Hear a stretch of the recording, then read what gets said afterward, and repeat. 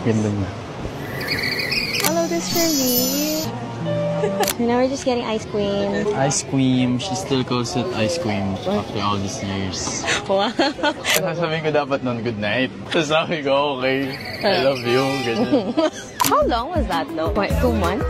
3 months siguro. Ewan ko. Could have been longer. No, Luneta Park siya binaril. Why is he here? Sir, why are you there? So you're lost?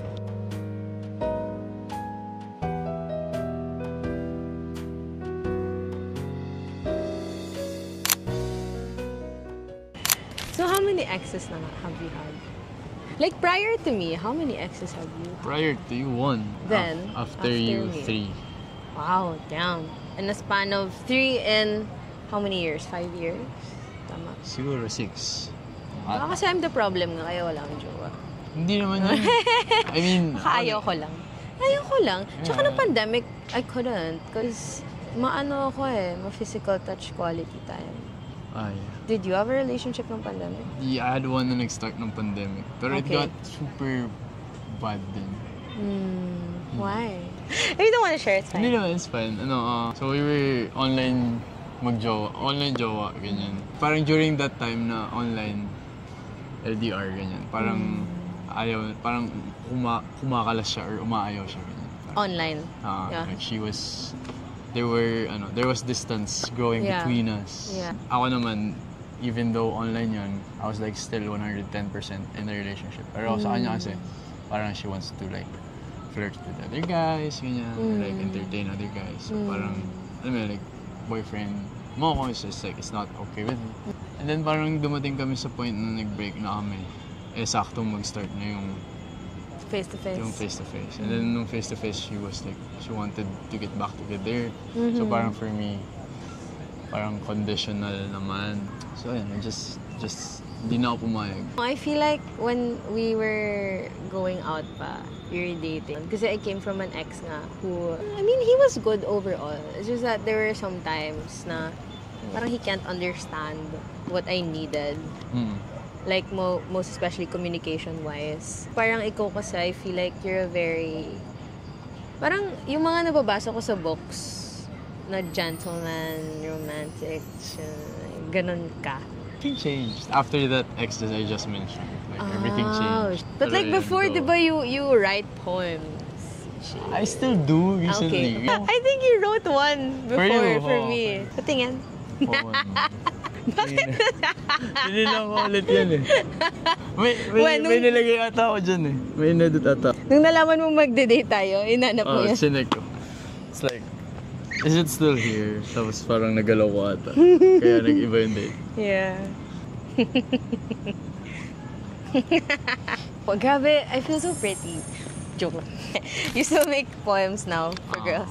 I don't know, just for the most recent one, not my ex. Yeah. Just for this one girl. Like, I don't know. Ganun ka talaga pag may gusto kang girl, napapasulat ka ng story. Recent lang ulit, which is like nice. Kasi nga I haven't been doing it. Yeah. Felt like me for a long time. Basahin mo. Ako magbabasa? Ba't ako? I don't know. It's cute. So I blurt out something cheesy and say, yeah, it's pretty, but not as pretty as you. Sorry. No, man. You laugh, I feel with glee. Because nothing's greater in life than to see you happy. Aww, We marvel at the sky. You're such a romantic. Ba't ka ganyan? We marvel at the sky, the stars, the moon, darkness as far as the heart can see. But how can I look when there's a whole universe sitting right beside me? Damn. Sorry guys, that my universe. But this was written for Erica, not Danny B. Yeah, so. Danny B is different. Sabi mo kanina, nag-lie-low na ako. Nag-mild. Nag-mild? Gano'n ba ako? Paano ba ako before? If you want something, you get it. Headstrong, siguro. First is still a softie. Even before. Hindi ko na nga alam kung paano ako in a relationship na kasi it's been so long since like I dated and stuff. And I forgot what it feels like to fall in love. And I feel like that's my fear. Because... Baka makalimutan mo na completely. Yeah, and like, I'm scared kapag alam kong mafo-fall na ako, I stop myself. I stopped myself because I just want the guy muna to like show talaga that they're persistent. That was a crazy time. College. That was fun. Pero that was fast for me kasi biglang nagka-pandemic. So parang hindi ko nga natapos yung buong first year ko sa LB. Oo nga, hindi. Tapos 1 and 1/4 sem. Tapos pandemic. Tapos nagdiliman na ako. Tapos yun pa yung parang isa sa mga stuff na napag-usapan namin when we were like going out pa. When I told you na I was planning to transfer to Diliman, parang anong bala ko? nasad ka. Oh. I mean, it was sad. But before the pandemic, we weren't talking na eh. Like, you had a girl na nung Feb. When did we stop talking? We stopped nung December. Like, parang almost ghosted me nung late November, ganyan. Yeah, tapos toxic pa ako kasi sabi ko, may pako na siya. Ilang months pa lang. I feel like that was impulsive din on my end. Or baka bitter lang ako kasi February, Valentine's Day, wala. Bitter siya naman yung nag-end. So kung halimbawa, you said, tama na. Hindi rin kasi feel ko if I ask again before, like dati, if kinulit kita, feel ko no pa rin naman answer mo nun eh. I don't think so. I don't think so. I don't think so. No, I mean, hindi no yung sagot ko. I just siguro wanted, like, I don't know. Try harder. Yeah. Kasi it's so weird, like every single person has a different love story, alam mo yun. Kasi I love asking couples, like, paano kayo? Yeah, how did it start? Tsaka ngayon kasi yung weird, kapag may crush ako, hindi pwedeng walang mangyayari. Like, hindi pwedeng wala akong gagawin, wala siyang gagawin. Pag kasi, kunyari, if nagka-crush ako with this one person, tapos nalaman ko na hindi siya ready for commitment, automatic on crush. Or like, pag crush ko siya, tapos nalaman kong may girlfriend siya, automatic on crush. Hindi ako nagkaka-happy crush. Kasi when I get the crush, gusto ko like, after crush, fall in love, dire-diretso na yun. Kasi I feel like it was 5 months, since we were always just talking on the phone. Hindi naman pandemic, what the So hindi niya ako inaya out on a date. Nagalit. We were just talking every night. Nagalit. We were just talking every night on the phone. Like, friends don't do that. Friends don't update each other on their day. Every day. Every day. Ayun. Tapos parang one day, super napiko na lang ako. Sabi ko like, what's this? Like, what are we? Sabi niya, friends. So, apo. I made one entire podcast episode dedicated to that guy. Tapos nag-viral siya. So. Ano ba kayo? Wala, masaya lang. Pero hindi ba kayo nasasaktan? Recently, I've been talking to this guy as in gabi-gabi kami magkausap. Umabot sa point na medyo nainip na ako kasi wala naman nangyayari. Okay, fine, we're friends, but until when are we friends? Recently, I was like at the season of my life. Yun yung part of my life na parang gusto ko na magpa-boyfriend. That was recent lang. Ngayon parang saks lang ulit. Baka ovulation season. Baka I was ovulating. Biglang sakto, nag-message siya. Tapos akala ko na lang, kamusta? It's the same guy? Yeah, same guy. Akala ko na lang, kamusta siya? Yun pala, nang nag-call kami, nag-rant siya about this girl. And he was telling me that he was so in love with this girl. Bakit sa'yo, though? Kasi nga, friends daw kami. You stayed friends after that? Not super friends. Like we stopped talking. But I feel like he was comfortable kasi in sharing stuff with me. Uy, alam mo na ba nagkikwento siya sa phone? Umiyak ako. Kaya nga. But I didn't want to be rude naman. I wanted to be there for him. It's setting your boundaries. No, but like, kasi sabi niya, pahingi advice, ganyan. I mean, if that's how he is with friends, like, for sure, marami siyang friends. Pero okay lang, like, I feel like, I felt bad lang kasi parang nasaktohan yung moment na yun. But it's not like I fell in love with this guy. It's just that there was potential. Like, hindi kita mahal kung nanonood ka. Uy, say hi to my mom. Alam na mo may story. Hi, tita. Ako po yun. Sabi niya. Ako po yung nag-I love you sa anak niyo. Tapos umalis. Sabi niya sa akin, kuha ko si Matt. I wanna hug him. That's crazy. Kawawa si Matt. Kinawa nung nanay eh. Eat na daw tayo. Sige, tara. Where are you gonna eat? What do you want ba? We're gonna go, do you wanna go back to street kanina na? Nice. Sige, let's check it out. Okay, we're filming a TikTok.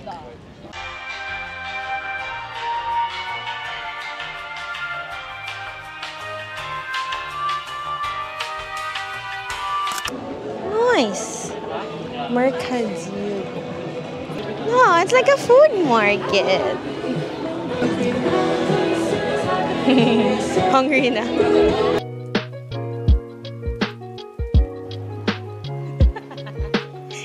Ganyan talaga.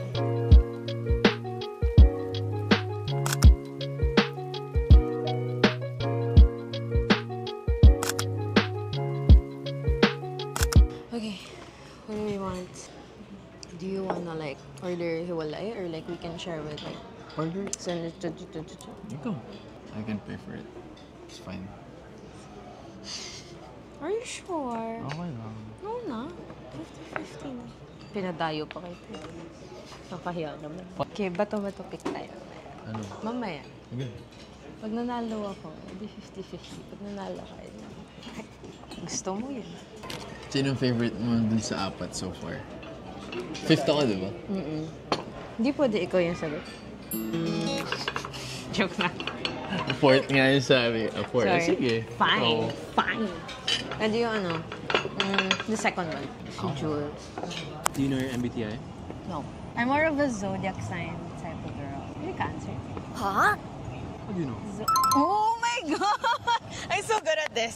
Yan lang, chill lang kasi. And I also didn't expect anything. Tapos parang, noong una, I was kinda anxious pa because I feel like, ewan ko, based sa Instagram profile niya, parang di siya masyado nagsasalita. Talaga? Tapos parang, wala lang, parang nonchalant guy. Tapos nung nakita ko siya in real life, so, ay, madaldal pala si kuya. Okay. Good job. Tapos wala, we had a lot of similarities also. Parang when I started nga, doing this series, I thought parang I'm not lovable. So parang when guys treated me okay naman during the dates, I mean, okay, let's say it's kind of for the vlog, but still, it felt like, they don't think I'm fugly. Joke. You're not naman kasi talaga. So kung kasama yung fifth date, what's yung favorite mo? Oh. May 20 ka pa. 20 to go. I feel like I would be able to discover a lot about myself in that 25 By the end days. of it, no? Ang dami kong realizations and feelings. Oo, 25 different personalities. I like this date because I'm completely myself. Siya si Erica, guys. I didn't have to pretend. Anyway, angel hair. Okay. Thank you so much. It's hot though. Sorry. Tsaka. Sorry. Late ka na. Sinama ko agad eh. Tapos sabihin niyo pala sa ano. Hala, mainit nga pala. Oh, feel ko i-judge mo to. Are you a fan of pesto? Yeah. Kuha lang konti. Konti naman yun.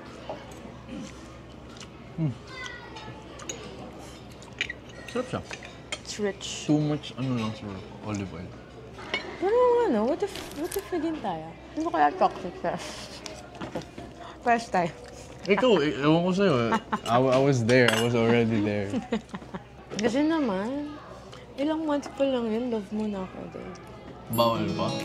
Yung dating scene nun sa college, parang you can do stuff pero if you say I love you, it's heavy, ganyan. So parang I'm not really used to that stuff. So parang tagal ko rin kinip-kip or like stop from saying it even though I feel it na. With me? Oo, with you. Oh. So parang, siguro hindi na talaga napigilan nung gabi yun. Good night. I love you, lumabas. Good night yung nasa isip ko talaga. Sa bunga ko, I love you. Ano pa ba mga date natin after that one night na nag-walk tayo around campus? We didn't do much dates like this. Kasi may classes tayo eh. So, Yeah. eat between classes and then just like, hang out after. Stuff like that. Student Study. things. Study together. Ako sa Prodcaf. Kinukulit kita habang nag-aaral ka, di naman ako nag-aaral. Yeah. Tapos kit-kit niya, lagi siya naka-hoodie, ganyan. Ako? How many walks around the campus did we do? A few lang. Dami. Dami. Our first kiss, we were walking. Flashbacks.